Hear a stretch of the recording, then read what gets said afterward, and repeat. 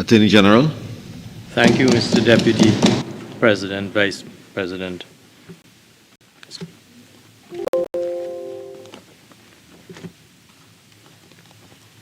There is little for me to say, Mr. Vice President, having listened to the speakers on this side who have preceded me.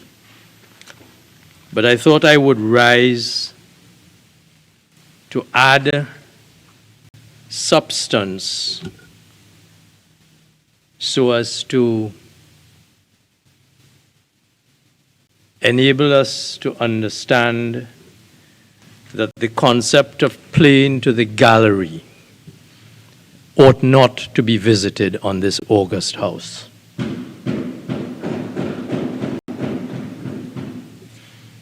I have arrived here lately.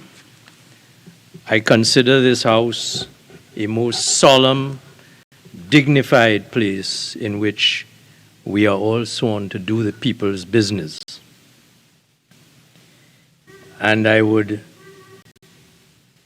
implore the members on the other side, led by Senator Mark, to subscribe to the wisdom and dignity of this house in being relevant with that which they bring to the public gallery.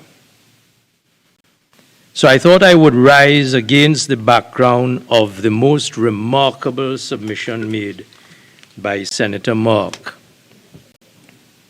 to suggest, and I took a note of it, he said, in the context of a bill which is before this House, to extend the time for branches of foreign insurers to be allowed to register in order that they may be brought under the control of the central bank and the Minister of Finance to protect the people, the man and woman in the street of Trinidad and Tobago, when he said COVID is not the reason why.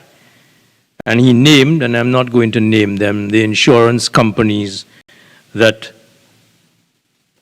this legislation is seeking to bring under regulatory control according to the laws of Trinidad and Tobago. He said COVID is not the reason why.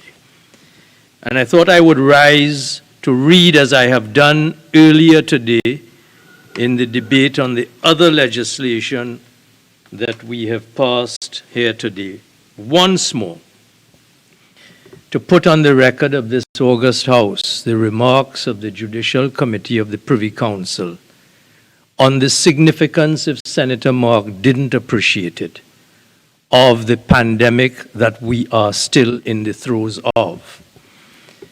And I will read from paragraphs 100 and 103 of the judgment of the Privy Council, which upheld the public health regulations passed by this government from since early 2000 in order to protect the lives of the citizens of this country who were severely impacted by none other than the COVID-19 pandemic. This is what the Privy Council said in a 53-page judgment upholding the regulations.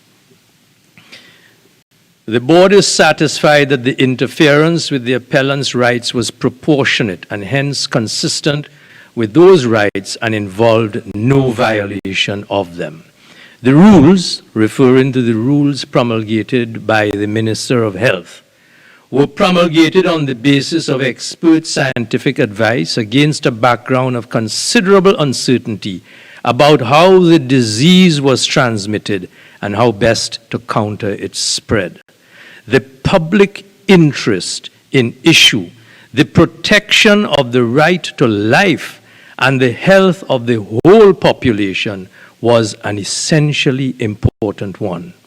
In the board's view, the rules struck a fair balance between the rights of the appellants and the general interests of the community and were plainly a proportionate means of protecting the public interest in the circumstances.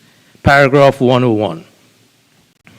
On this aspect of the case, the board endorses the reasonings of Mr. Justice Budu Singh of the High Court of Trinidad and Tobago, at first instance. If his judgment had depended on this point, he would have found that the rules were a proportionate response to the management of the pandemic in the circumstances which applied when they were promulgated and during the period they were maintained in place. As he explained in his judgment, the spread of COVID-19, I pause, parenthesis, that which Senator Mark today has suggested is not relevant to the consideration of that which we are about, and I continue.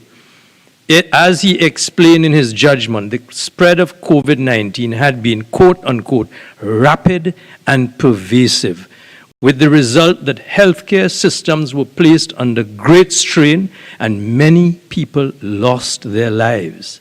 Based on scientific evidence, governments around the world, including in Trinidad and Tobago, felt the need to act quickly by implementing restrictions on rights and freedoms that would previously have been unthinkable.